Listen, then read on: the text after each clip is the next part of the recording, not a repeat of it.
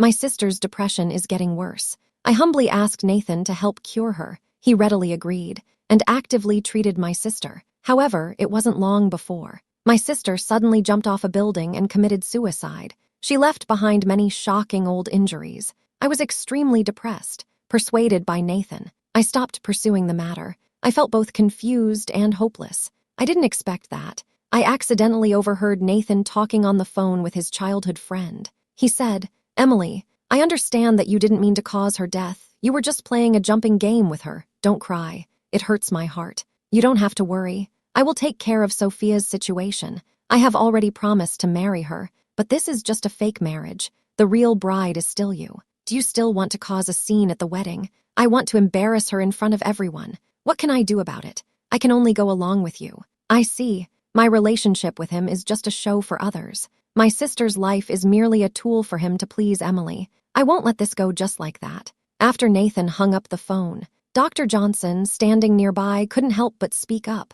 "Old Nathan, you worked hard to pursue Sophia and even offered to treat her sister for free. But in the end, the person was simply lost because of you. The two sisters have had a tough time. They truly believed you were their savior, especially Sophia. She loves you wholeheartedly, and you treat them like this. Isn't that a bit inappropriate?" Nathan adjusted his lab coat. He said coldly, "I worked really hard to convince Sophia to let her sister follow me. I spent a lot of time acting with her. Am I not tired too? Sophia works at a nightclub. She also stole Emily's bracelet. She can only do odd jobs for the rest of her life. It's already their luck that these two sisters can know people like us. Does she really want to marry me?" He took out his phone again. He sent a screenshot of our previous conversations that I no longer pursue to Emily. He also promised Emily to embarrass her at Sophia's wedding, at her happiest moment, to cause a problem with her wedding dress, to reveal an awkward side. "Sophia is physically strong. She will be fine.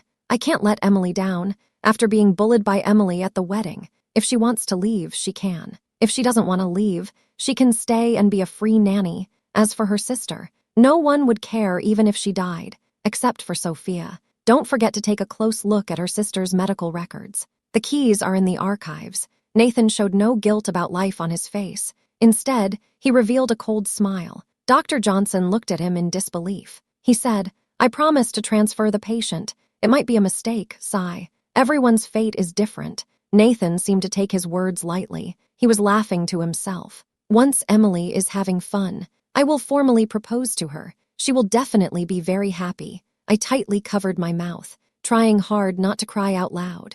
To pay for my sister's treatment, I work 2 jobs at the same time. During the day, I work as a clerk at the supermarket. At night, I work as a waitress in a nightclub. One day, I accidentally spilled a drink in the nightclub. I stained Emily's custom evening gown. She said it was fine on the surface, but suddenly shouted as she was leaving, "My crystal necklace is missing." She asked around, but found nothing. In the end, suspicion fell on me. "Even if you like my things that much, you still can't just take them away." "I didn't touch anything. I didn't even get close to your bag. If you don't believe me, you can check the surveillance." But no one is willing to listen to my explanation. Her 2 assistants directly searched me. They found that crystal bracelet in my pocket. I had no way to defend myself. I was forced to kneel on the ground and bow to her in apology. My tears couldn't stop flowing down, but this only made the people around me laugh at me more. At that moment, the man who had been sitting in the corner reached out to help me up. He was tall and composed, completely different from those flashy rich kids around. He is Nathan. He paid all the compensation for me and drove me home. He showed me a lot of appreciation. He said, "I believe you didn't steal it. It might have been a joke by someone. I hope you don't think all rich people are bad. At least I'm different from them. I particularly admire your strength and hard work as a girl." This sentence meant a lot to me, who was very insecure at the time. It was like a life-saving remedy. Nathan comes from a prestigious family. He has a great reputation in the hospital. He is honest and has a strong sense of responsibility. All the patients he has treated speak highly of him. Such a person, he passionately pursued me. Although he never helped me materially, my trust in him grew day by day. After he learned that my sister had depression, he actively offered to help her for free. I regarded him as a savior. But since then, my sister's condition has worsened. She also developed some strange injuries. Her eyes were filled with fear and despair when she looked at me. "Big sister, am I causing you trouble?" Maybe it would be better if I were gone. Maybe it will be better. I'm both sad and anxious inside. I finally gathered the courage to ask Nathan. He suddenly became indifferent, no longer as patient and gentle as before. He coldly asked me, if it weren't for you being busy working all day, not caring enough for her, would she do something to hurt herself? If you really don't trust me, then take your sister to another hospital. I can't take care of both of you. Let's break up. I feel guilty and worried. I dare not doubt him anymore. Yesterday, my sister jumped off the building. Her eyes were wide open the whole time. I saw Emily running out of my sister's room, her face pale. I immediately wanted to call the police. But Nathan knocked my phone away. He also said I was being ridiculous. Clearly, it was you who didn't take care of my sister. Don't lose your temper at others casually. After Emily left in tears, he softly comforted me. Sophia, I grew up with Emily since childhood. Her family background is quite affluent. If you go against her, the days ahead will be very difficult. Don't be sad anymore. Your sister has already found peace. She would definitely want us to get married. I have already set the date. If you continue like this, how can you be my bride? He ignores my loss. He can't wait to arrange the wedding in a few days. In fact, this was all part of their plan from the beginning. He just wants to end this game quickly. He is just like everyone else. He thinks I stole Emily's bracelet. I went to the archives. I found my sister's medical records and treatment history. Emily's handwriting made the documents a mess. It looked like it had been randomly scribbled. Nevertheless, I still discovered shocking content. The video records show. Emily would insult my sister during each treatment. She would stab her with needles. She would burn her with cigarette butts. She forced her to crawl around the ward like a dog. She even threw away her medicine. This led to her condition worsening. She also threatened her sister. She said if her sister dared to tell anyone, she would let Nathan deal with me. She also said, you sisters are no good, especially your sister, always pestering Nathan to treat you. Why haven't you disappeared yet? Nathan stood by, looking at her indulgently as she bullied my sister. My hands kept shaking. I bit my lip until it bled. I held back my heartache. I quickly saved this evidence. I returned home. I began to pack my things. I booked a flight back to my hometown. The date was set for the day Nathan and I got married. My sister has always missed home. She wanted to return to the place where we once lived together. Now I can finally help her realize this wish. I also decided to let go of everything, including those absurd events with Nathan over the past 6 months. Nathan came home. He happened to see me expressionless while packing things up. He quickly walked up to me and stopped me. His tone carried a hint of panic. Sophia, what happened? Why are you suddenly packing things? It's nothing. I want to sort out my sister's belongings, to say a proper goodbye to her. He gently patted my head. He said, I'll take care of your sister's affairs. You don't have to worry. Just leave it to me. When he used to do this to me, I would always lean in like a well-behaved pet. But this time, I cleverly avoided his touch. I asked him about our wedding. Will Emily come? Nathan was taken aback. His expression turned cold. He said to Sophia, Sophia, I already told you Emily just happened to pass by the hospital room. Don't casually blame others because of your sister's issues. The invitation has already been given to Emily. What's the problem with letting her go? Are you still looking to cause trouble for her? That's all I have to say. He seemed to realize that his tone was too harsh. He quickly adjusted his expression. Stop being so stubborn. Just leave this matter to me. Don't worry about the wedding anymore. After he finished speaking, he went to take a shower. I picked up his phone. I used to always fail to enter the correct password. He wouldn't tell me either. He only said it was a very important private number. I tried entering Emily's birthday. It successfully unlocked. The phone's home screen displayed Emily's selfie. He opened WeChat. His affection for Emily was evident. As soon as Emily acted cute, he unhesitatingly transferred a large sum of money. Emily sent 2 voice messages with a crying tone.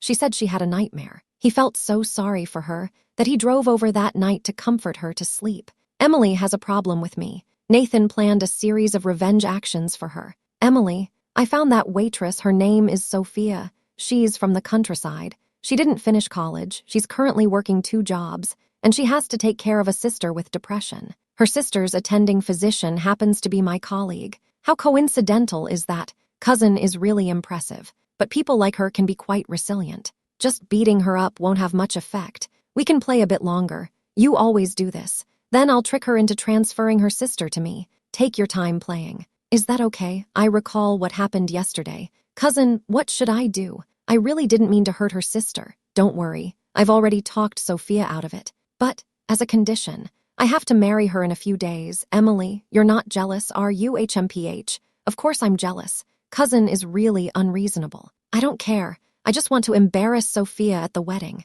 Everyone listens to Emily. You will always be the most important person to me, in every word. It is filled with endless affection. This is treatment I've never enjoyed before. When I was working overtime with a fever, he only gave me a few meaningless words of comfort. I borrowed a few $100 from him to get through the end of the month. He advised me not to value material things too much, to learn to be independent. I asked him to leave work early to see me, but he flatly refused. I am a doctor. How can I abandon my duties for personal matters? It turns out he doesn't not understand love. He just doesn't want to give love to a country bumpkin like me. Nathan finished his shower. As usual, he lay down holding me. Not long after, I suddenly felt a sharp pain in my abdomen. It might be due to prolonged exhaustion. My appendicitis has flared up again. I'm sweating profusely from the pain. Nathan, who was holding me, also noticed. He sat up. He gently massaged my stomach. Sophia, are you okay? Let me take you to the hospital. He had just picked up his phone when suddenly, the ringtone went off. It's Emily's special ringtone. Nathan immediately answered the call. He heard her voice tinged with tears. Nathan, big brother, I had a nightmare. Can you come keep me company? The pain rendered me speechless. He just glanced at me and immediately made a decision. I'll be there right away. Emily, don't be scared. The other person said something on the phone. Nathan was taken aback for a moment. Then he took a picture of my painful expression and sent the photo out. The person on the other end of the phone said something else. After hanging up, Nathan helped me up. He said, Emily wants to drink the chicken soup you made. Sophia, you should make it right now. I looked up in confusion. It hurt so much that I was sweating cold. You want me to help her make chicken soup like this now? He sighed helplessly. There was not a trace of sympathy in his eyes. All right, Sophia, I know your situation isn't that bad. Emily said she can't sleep if she doesn't drink it. Hurry up and get it ready. After a moment of stalemate, I finally endured the intense pain. I made him 2 dishes and a soup. He said, I will be back soon. If it still hurts, take some medicine yourself. You will be fine after a good sleep. After saying that, he picked up the food box. Put on your clothes. He left without looking back. As a doctor, he can't possibly be unaware of how serious my situation is now, but he still chose to ignore it. Maybe Nathan cares about me a little, but that concern is nowhere near his feelings for Emily. In the end, I could only call an ambulance myself in the middle of the night, sign the surgery consent form myself, stay in the hospital alone, lie in the hospital bed. I no longer feel much inside.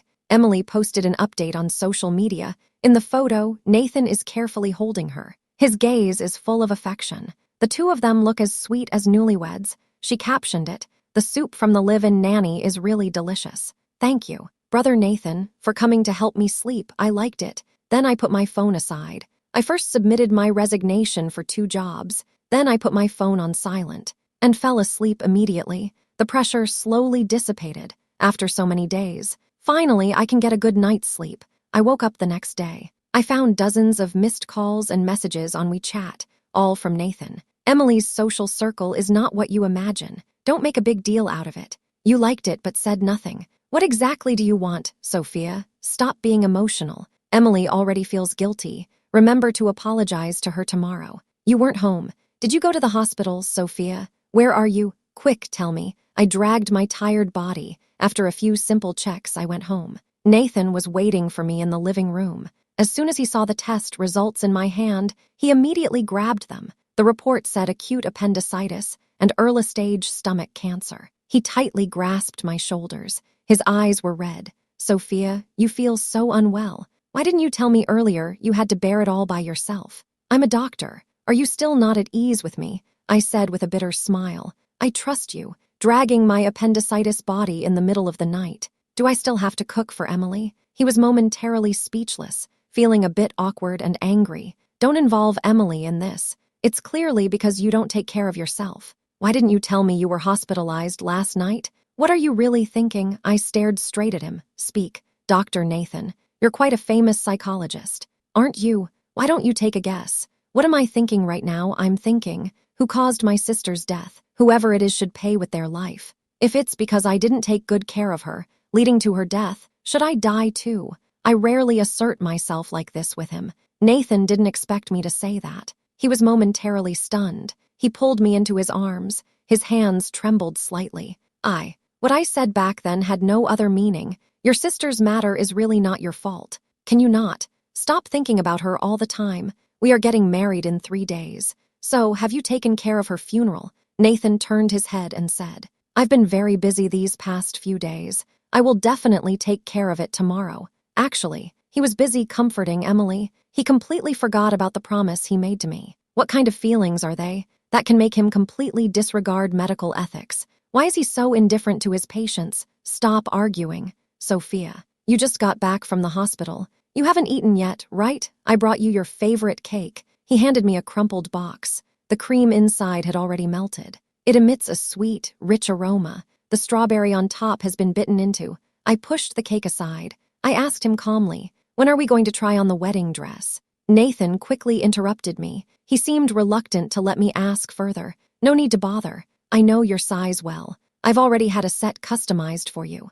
You'll definitely like it. I've lost the will to argue with him about why he didn't ask for my opinion on the wedding dress. I just smiled faintly. Go ahead. All right. I'm following your lead. He relaxed. He looked at me gently. I'm very sorry about your sister, but you need to live on strongly. Take good care of your health after the wedding. We still have a long way to go. I fell asleep in his arms, but I couldn't sleep at all that night. When I woke up the next day, I found the bed empty. Nathan left a long time ago. I checked Emily's moments. Sure enough, he went to bring her breakfast. I felt very calm inside. I still have to go through the resignation procedures today. The boss saw that I had made up my mind and didn't try to keep me anymore. He even gave me an extra month's salary. After saying goodbye to my colleagues, I walked out of the company. I inadvertently glanced at the wedding dress shop across the street and unexpectedly saw a surprising scene. Emily was wearing a beautiful wedding dress. Everyone around her was praising how beautiful she looked. Nathan was standing beside her, gently looking at her, occasionally taking a few photos with his phone. The atmosphere was getting more and more lively. Nathan couldn't help but pick her up and gently kissed her. The whole scene looked particularly beautiful. I stared blankly, completely stunned, until they noticed me. Nathan first hurriedly put Emily down, then quickly pulled me into the store. Sophia, let me explain. Emily is just here to help you try on the wedding dress. You two have similar body types. Emily said softly. Sophia, dear sister, I used to get along like this with brother Nathan. Don't take it to heart. Maybe I should just leave for now. Emily, you are just here to help me pick a wedding dress. Why are you suddenly leaving? He quickly stopped her, then turned to me and said, Sophia, don't make it difficult for everyone. The situation suddenly changed. Emily looked at me proudly. I smiled faintly. Say it, I believe in you. Nathan breathed a sigh of relief. He glanced at Emily quietly, signaling her to relax, then pushed me into the fitting room. Since you are here, let's try on the wedding dress first. I'll go find the manager to discuss the plan. He left in a hurry. She casually tossed me a spare wedding dress. I'm sitting in the fitting room. My stomach started hurting again. Suddenly, someone pulled back the fitting room curtain. It was Emily. She no longer looked cheerful and sunny like before. Instead, she was staring at me with a hostile gaze. You don't really think Nathan is going to marry you, do you? Let me be direct with you. This wedding isn't real at all. He's just doing it to make me happy. He's deliberately messing with you. No one wants to see you in a wedding dress. Everyone just wants to see you embarrass yourself. You only make $4,000 a month. That's hardly enough for basic living, right? How do you think you can marry into the Nathan family? Nathan is just my backup choice, even if I don't choose him. It's not your place to take advantage of that. I'm holding my stomach. It hurts so much I'm frowning. It hurts so much that I furrowed my brows. I have no strength to refute her at all. She looks at me this way. Instead, it brings me closer. Go on. Do you know how your sister died? I told her. Sophia wanted to get rid of you a long time ago. You embarrassed her in front of us. If you die, she would definitely feel much relieved. How pitiful. She was still saying it before she died. Big sister, I'm sorry. Haha, that's really interesting. I was filled with rage. I suddenly reached out and grabbed Emily's neck, not applying much force yet. She smirked and tore her wedding dress, then let out a sharp scream. Sophia, sister, please don't kill me. Nathan heard the noise and ran over. He saw me fiercely grabbing Emily. Emily looked very disheveled. Her makeup was all smudged. Her hair was a mess. Her wedding dress was also torn. He suddenly got angry, pulled me away. He slapped me hard. Then he kicked my stomach with force. I was kicked aside. I crashed hard against the wall. I tasted a metallic flavor in my mouth. A cold voice whispered in my ear, "Sophia, how could you be so cruel? Emily is the one I brought. If you make things difficult for her again, I will cancel the wedding." Emily couldn't help but cry again. "Nathan, big brother, I'm really scared." Nathan immediately hugged her tightly. He shot me a cold glance. She said, "I'm afraid that Sister Sophia will hurt me. I won't go to your wedding." "Sophia, stop pretending. You used to work continuously without any issues. What are you pretending to be weak for now? Get up quickly. Apologize to Emily." I was coughing heavily. I spat out a mouthful of blood. Nathan's eyes widened. "Hurry over and help me. He looks very nervous," he said. "What's wrong with you?" I wasn't using much strength. I lifted my head. His eyes were filled with sorrow. "Nathan, my sister and I are in your heart. What exactly does that mean? Are our lives worth less than yours? Why are you teasing me like this?" He pressed his lips together tightly. He turned his head away. A conflicted expression appeared on his face. It seemed like he wanted to say something.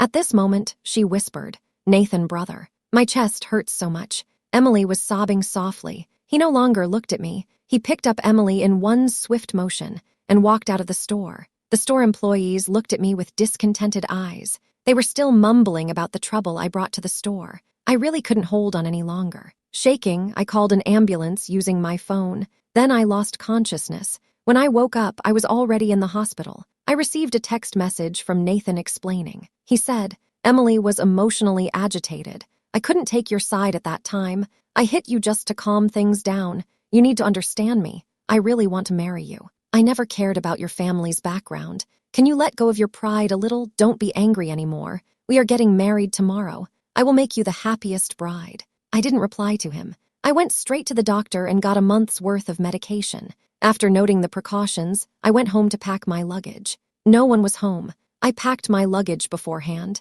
Nathan didn't notice either. I dug out all the sweaters and handmade crafts I made for him and the letters I wrote to him. He happily accepted them at that time, but later he just tossed them aside. I tore those things apart and smashed them. Then I threw them into the trash can. After cleaning up the bedroom, I heard the sound of the door opening in the living room. I slightly opened the door a crack. I peeked outside. Nathan returned with Emily, whose wound was bandaged. She was excitedly posting on her social media. She asked Nathan, "Nathan, brother, Sophia's wedding dress. What do you think? Should she show the top or the bottom?" Nathan didn't say anything this time. He just unconsciously picked up his phone. Right after that, I received a message from him on WeChat. "Sophia, where have you been?" I didn't answer. Emily was still urging him to respond. He turned around and said seriously, "Emily, I have thought it through carefully. Let's forget about the wedding. Sophia loves me so much. I'm afraid she won't be able to handle it."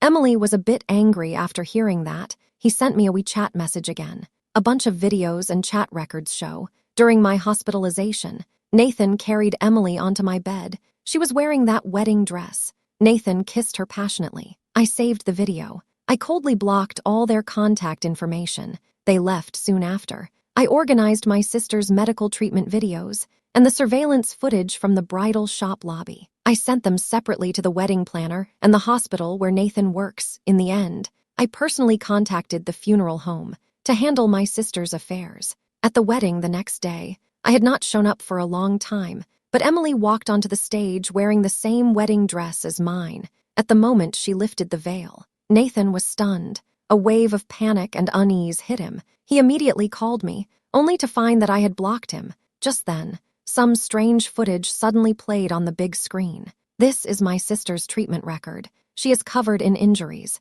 She was tortured by Emily to the point of begging for mercy. In the end, she jumped out of the window. A line of blood-red text suddenly appeared on the screen. "Corrupt doctors enable the killer to cause the patient's death. Blood for blood." The audience was in an uproar. The guests were shocked by this highly impactful image. The screams were almost piercing to the eardrums. Nathan stared blankly at the screen. His heart suddenly jolted. Emily screamed. She hurried over to try to turn off the projection. "This isn't real. It's fake. Someone wants to harm me," she shouted. No one in the audience responded. Instead, they all took out their phones. They recorded her embarrassing moment. Dr. Johnson rushed into the venue. He was holding a letter of accusation. Nathan, the video of Sophia being bullied has spread across the internet. Sophia has already reported you in her real name. It's already trending online. Nathan looks pale. He hurriedly snatched the report letter. That letter was written by me personally. The handwriting is very forceful.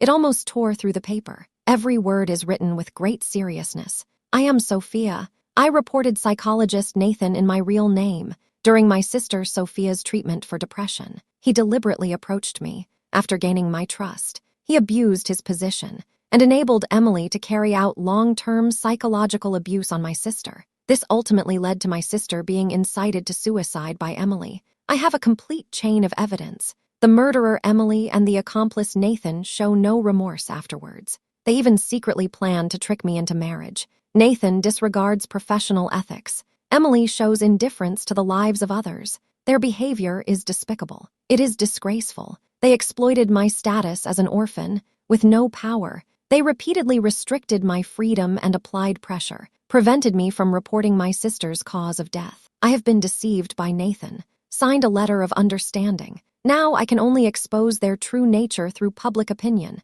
If Nathan wants to cause trouble for me through his connections, I hope the police won't file a case to track my whereabouts. Keep me away from these two dangerous people. I am standing at the airport security checkpoint. My phone keeps popping up real-time trending news. The daughter of the Emily family is actually a murderer. Rich kids bully these poor sisters. Rich people are really excessive. They actually drove a person with depression to death, and they want to continue to toy with her sister. I heard Emily used to bully the school beauty. They drove her crazy. Later, it was Dr. Nathan who helped her resolve this matter. Sophia and her sister's experiences are also tragic. The sister was murdered. The elder sister was also tricked into marriage. If she hadn't run away, she might still be harmed after the marriage. Someone live-streamed the chaos at the wedding. The camera shakes. Nathan stares intently at the big screen. His throat moves, but he can't say a word. When he saw the report letter, his legs went weak. He knelt down on the ground. He kept mumbling. "It's not like this, Sophia. I didn't." Meanwhile, Emily is being blamed by the guests. She breaks down emotionally. She starts to cry loudly. Then she runs to Nathan for help. She has been spoiled since childhood. She has never been wronged. Now she is completely out of control due to the stimulation. But this time Nathan didn't indulge her like before. He didn't help her deal with the trouble either. He pushed Emily away. He looks at the chaotic scene in confusion. He wants to find someone familiar, but found nothing. He shouted, "I want to find her, Sophia," then hurriedly left the place. Emily stood alone on the stage. The guests below whispered. The voices mixed together. It was like a farcical comedy. I turned off my phone. I handed the boarding pass to the staff. He said, "Ma'am, your flight is about to take off. Wishing you a pleasant journey." I nodded with a smile. My fingers gently touched that photo in my pocket. It was the last photo taken before my sister fell ill. She was wearing her high school uniform. Her smile was as bright as the sunshine in spring. My new life has begun. Nathan returned home after attending the wedding. He eagerly searched for any trace of me, but soon he realized all my personal belongings had vanished without a trace. The carefully prepared gifts have turned into a pile of waste, quietly lying in the trash can. He made several calls to his assistant, said urgently, "Help me check Sophia's travel records. No matter what method is used, we must find her, Brother Nathan, even if you know which city she landed in. She must have gone back to her hometown. So many counties and townships. You have no clues at all. How can we find her? Sophia's tombstone hasn't been set up yet. Sophia will definitely go to move the grave. Sophia has already taken her sister's ashes away. She should have sent them back for burial. So many funeral companies. Where do you even start looking?" Nathan suddenly froze. He opened my social media account in confusion, but it only showed the province. He never asked me where my hometown is specifically, nor did he care. Now he has no idea what to do. He just enjoys watching me, a country girl who is wholeheartedly thinking about him, trying hard to understand him. But he never thought about understanding me. Brother Nathan, Sophia's report has made it very clear. Even if you find her, she may not forgive you. Why not just marry Emily? You can consider it as losing someone who took care of you for a long time. The assistant has been listening to him belittle me. He thinks I'm not respectable enough. Naturally, he looks down on me. Sophia is not a nanny. She is. He hasn't had the chance to explain. Another call came in. It's Emily. Waya, brother Nathan. I've been attacked online. They all say I'm the bad girl among rich girls. I'm so scared. Sophia must have planned this from the beginning. She's always envied my luck being better than hers. If this continues, she will ruin me. Brother Nathan, please contact the PR team quickly to help me clarify the rumors. Stop talking. Nathan's eyes are red. He is loudly questioning on the phone. Did you deliberately force Sophia into a corner? You know it best yourself.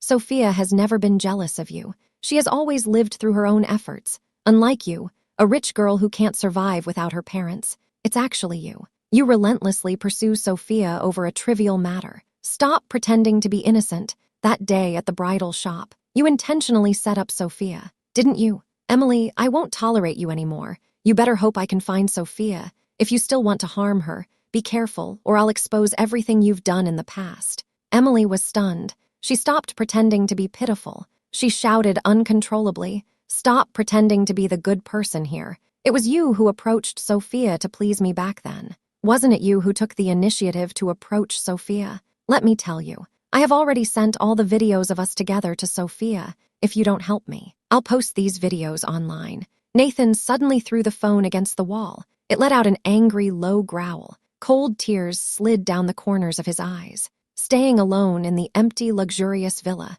no matter how busy I am, I still keep the room spotless, prepare hot meals for him, get clean pajamas ready, and brew a cup of calming tea. I'm not doing these things because I enjoy working. It's simply because I love him. I want to take good care of him. However, my sincere feelings for him were taken for granted as care. Now, all these efforts have vanished. Nathan finally realized he had long gotten used to my company and unknowingly fell in love with me. As things spread online, Emily's family company stock plummeted. Everyone hates those rich second generation who lack respect. Without Nathan to help her handle the trouble, she was too scared to go out because of online bullying. She spent all day hiding at home crying. Nathan's reputation was also ruined. He was permanently expelled from the medical system. No patient or hospital would trust a doctor who treats patients as experiments. He tried every possible way to find me, but I just disappeared. I ran from the bustling city to the quiet countryside. I've been living comfortably over the years. I've saved quite a bit of money. Originally, I intended to leave it for my sister. Now that she is gone, I've spent it on her behalf, back to my hometown. I bought a piece of land and a little villa. I started planting trees again. Nathan heard that my sister and I used to farm together. I also studied at a rural school. The disdain in his eyes was unmistakable. He reminded me, in front of my friends from now on, don't mention that you do farm work. Their families own dozens of plots of land. There are real estate developers. There are construction companies. Emily is even more impressive. She even has a few private islands. It's not appropriate to say it like that. It might not be very suitable. He completely ignored my past experiences. But those days of supporting each other with my sister in the countryside were the happiest and most fulfilling times of my life. Now, I can finally return to that pastoral life, no distractions, peacefully recuperate, calmly spend the rest of my days. When Nathan found me, I was wearing a sun hat and picking oranges. He hadn't shaved. His eyes were sunken, not at all like the elegant and aloof person from before. "Sophia, I finally found you." His voice sounds very hoarse. It's as if it has been rubbed with sandpaper. I silently watched him, without saying a word. "Your stomach cancer needs proper care. Come back with me. I'll find you the best doctor. This time, I will treat you wholeheartedly. I'll give you all my money. From now on, I'll make sure you live a good life. You won't have to hear anyone say you're not good enough for me anymore. I will definitely take good care of you." I pouted. "Keep picking oranges." I couldn't be bothered to even glance at him. "No need for you to worry, since I've distanced myself from you all. My condition has gradually improved. Please go back. Otherwise, I will report you to the police." He carefully grabbed my wrist. His voice was low. It seemed particularly aggrieved. "What should I do for you to forgive me?" After he finished speaking, he suddenly knelt down, just like when we first met. I felt incredibly embarrassed and helpless among those in power. It felt the same way. "You shouldn't be kneeling here." I whispered. "You should go to my sister's grave." He suddenly lifted his head. His eyes were red. I was wrong. I was really wrong. It was my confusion before. I was deceived by Emily. I let out a cold laugh. "Dr. Nathan, aren't you a top psychologist? How could you not even understand your own feelings, still here shirking responsibility?" I work hard to make money, just to live a stable and peaceful life with Sophia. I never thought about getting rich or climbing the social ladder. It was you who provoked us first. Does Miss Emily really lack that one piece of clothing? Do you really need a poor person to add fun to your lives? No, you are just that kind of people at heart. You like to trample on the dignity of ordinary people. No matter how glamorous the exterior is, your hearts are filthy beyond measure. Do you know, Sophia actually left me a letter. It was tucked in her medical records. In the letter, she said, she didn't choose to leave because she was afraid of you. She didn't think much of you at all. She was simply tormented by her illness and couldn't bear it any longer. That's why she chose this way to be free. She also said, she believed I could break free from the influence of those wealthy people and live a good life of my own. Sophia and I are better than you. The more he listened, the more distressed he became. He bent down and hugged his head. His whole body trembled. A cry of near collapse came from his throat. I'm sorry for you, Sophia. Let me go atone for my sins. Then you should turn yourself in or go atone for your sins. I looked directly into his eyes. If you truly want to apologize. The next day, Emily drove to find me. She was driving a red sports car. The wheels rolled over the muddy path. It splashed a lot of muddy water. At that moment, I was squatting in the yard watering the sunflowers I planted for my sister. I heard the sound of an engine. I didn't even look up. Sophia, you are going too far. She walked in quickly in high heels. She raised her hand and slapped me. I quickly dodged to the side and splashed the cool water from the watering can on her face. Get out, I said coldly. She trembled all over. The makeup on her face was all smudged, yet she still forced a cold smile. You really think Nathan would give up everything for you? He just feels sorry for you temporarily. Once he gets tired of it, you're even worse than a dog. Are you done talking? I interrupted her. I picked up my phone and pressed the play button. Yesterday, Nathan said, before leaving, I understand. I'll go find Emily right now. I want her to experience the pain your sister once went through. Emily's face suddenly turned pale. She ran away as if she had seen a ghost. Nathan's crazy actions came without warning. On a rainy night, I was awakened by a series of urgent knocks on the door. I opened the door and found no one outside. There was only a blood-stained cardboard box. I opened the box. Inside was a stack of photos. The photos showed Emily tied to a bed in a psychiatric hospital. Her wrists and ankles were bruised. Her gaze was vacant and lifeless. At the bottom of the box was a letter. The handwriting was crooked. It looked very messy. Sophia, I returned to her everything she did to your sister, all of it. Is this okay? I was shaking as I dialed the police.